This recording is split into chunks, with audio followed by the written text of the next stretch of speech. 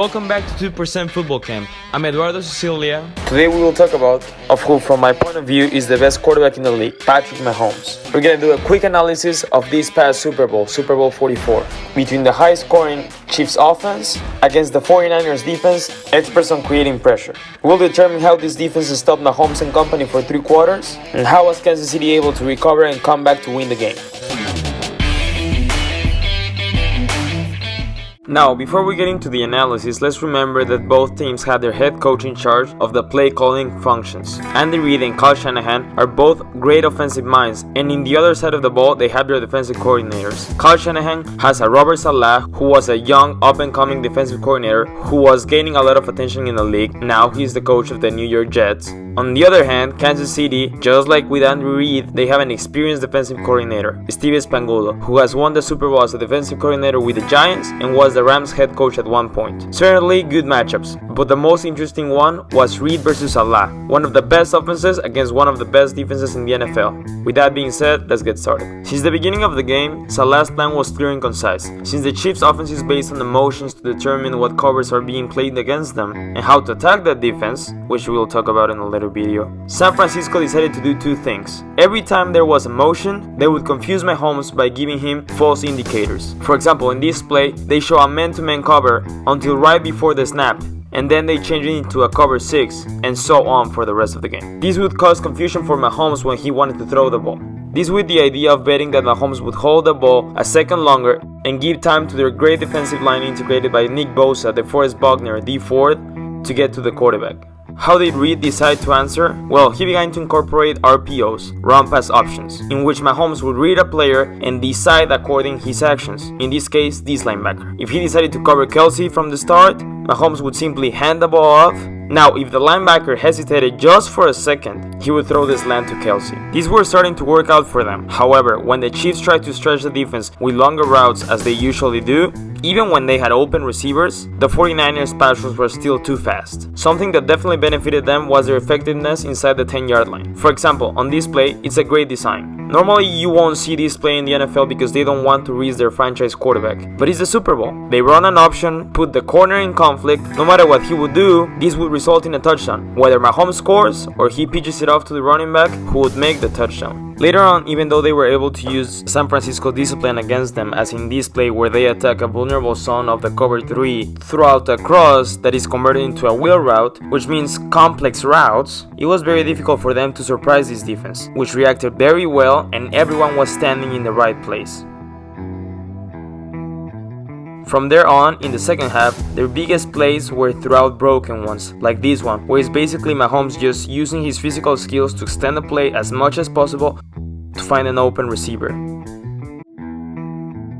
But San Francisco's D-line remained aggressive, forcing the Chiefs' offense to be one-dimensional, always having to look for a pass, which also benefited them for a while, since they could just focus on creating pressure. Here's another great example of what Saleh wanted to do. We have the left side blitz, to which as a quarterback, you're trained to take that space automatically to your hot route receiver as soon as possible. In this case, Kelsey. However, they change assignments. The safety takes it quickly, once again makes Mahomes hesitate for a second longer, and well, Nick Bosa is great getting to the quarterback. The constant pressure coupled with the mind games they were playing on Mahomes created passes like this, which is definitely a bad interception, but let's take a deeper look at why I think it's not as bad as a decision as it might seem. This time, after the motion, they show him a zone cover. San Francisco is playing a cover 3 boss, and as we know, the weakness of any zone coverage are their vertices, meaning the spaces between 2 players. Here, what Kansas City is looking to do is to attack the safety, put him in conflict with the post, and as soon as he backs up, he will break that route into a hook, another complex route. Now, what is the problem with this play? Well, Hill's responsibility is to find the gap left between players once he gets back to the hook, which in fact, he was already starting to do. However, from my point of view, Mahomes pressures himself and throws the ball even when he had time to wait for Hill's cut in the proper zone. Definitely a bad play, but remember this formation and this pass is going to be crucial for Kansas City's comeback later on. Here, once again, bad passes that will continue to be important over the course of the game. Here, just like Andy Reid, I don't know if Mahomes just threw this poorly or was just thrown out of rhythm by the play action. So later in the game they go back to the same concept, the same slant, but now with Tyreek Hill. However, to make this concept even more fluid, Andy Reid eliminates the play action, and once again, Mahomes leaves the pass behind and it results in an interception. Later in the game, with 7 minutes left and still down by 10 points, Mahomes is still hesitant in his decisions. Here we can see how he was already preparing to throw the ball, but restarts his passing motion, causing another great play to be wasted. Yes, the ball hit the floor. And after facing difficulties all throughout the game, and with 7 minutes and 3 seconds remaining on the clock, 3rd and 15, losing by 10 points, it's the Super Bowl, you have the pressure of a whole city that hasn't come to this game in 50 years, and Andy Reid decides to call, which from my point of view was the best possible play design, taking into account the situation and what was happening in the game. And of course, the execution is excellent. Now, what exactly happened in this play? Well, remember this play in trips formation where Mahomes is intercepted trying to make a complex post hook to Hill? Well, this is where it's important. Because of what happened on that play, the Chiefs already knew what coverage they were going to face under this situation, especially in this formation. Clearly, San Francisco covered them with a cover 3 boss, so they decided to tag with a concept called WASP. It is very similar to the ping concept that we have already talked about, which involves a dig from one of these two receivers, while the other one runs a post, creating conflict with the safety. As we know, it is a very common concept in the NFL, so it's fresh in the minds of the defensive players. They know this concept can come at them at any time. So in the WASP, what they do, here with the outside receiver, they attack the dig, and the inside receiver, Hill in this example, attacks as if he was gonna run the post, and due to the defense's studying tendencies and expecting that, the safety opens his hips to that side and Hill suddenly turns that post into a corner. Now, but it's cover 3, why isn't the corner there? Well, the corner was reading both receivers while both are making their vertical routes, but as soon as he saw that the wide receiver entered the dig, he was also watching Hill, and when Hill shows the post, he assumes that the safety will take it because it's his responsibility. He will get into his zone. For this very same reason, the corner decides to help the defense with the dig. Obviously, he didn't know that they would attack his zone a little further ahead. In that space he left empty once Hill turns his route into a corner. Now, this sounds very simple, but what's so impressive about this play? First of all, you need to have a lot of time. A 1-step drop in shotgun is equivalent to a 3-step drop in under formations. A 3-step drop in shotgun is equivalent to a 5-step drop in under. There's usually no more than that. Quarterbacks either just use one drop or one of those two combinations, either in under or shotgun.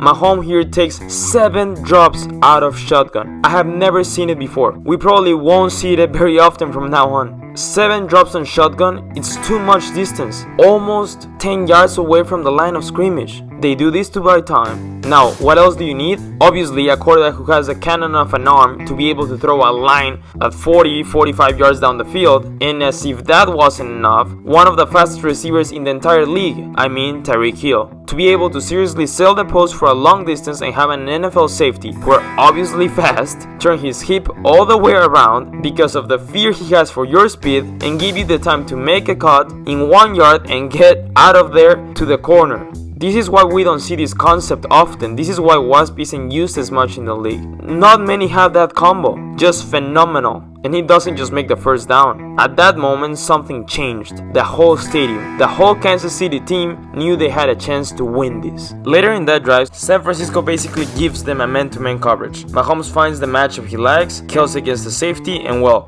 that was basically disaster for San Francisco no matter what.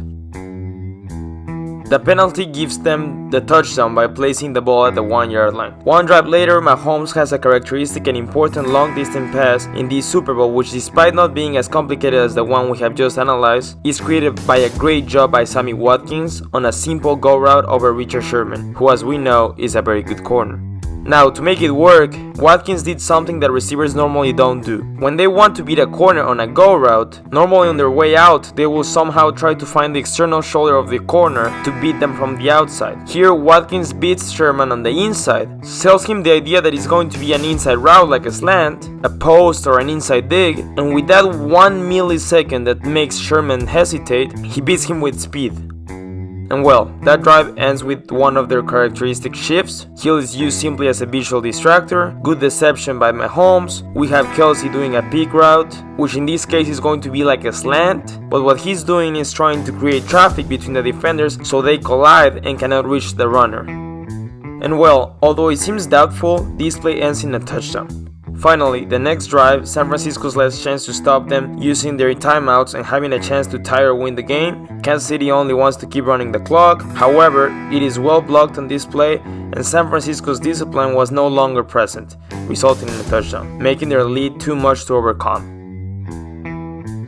And so, the Chiefs were crowned the Super Bowl winners, Mahomes winning the MVP of the game after having probably the worst 3 quarters of his entire career, yet one of the greatest quarters in the history of the sport. Obviously, this is a team sport. He didn't do it alone, but definitely the matchup of this offense against that defense gave us a great show.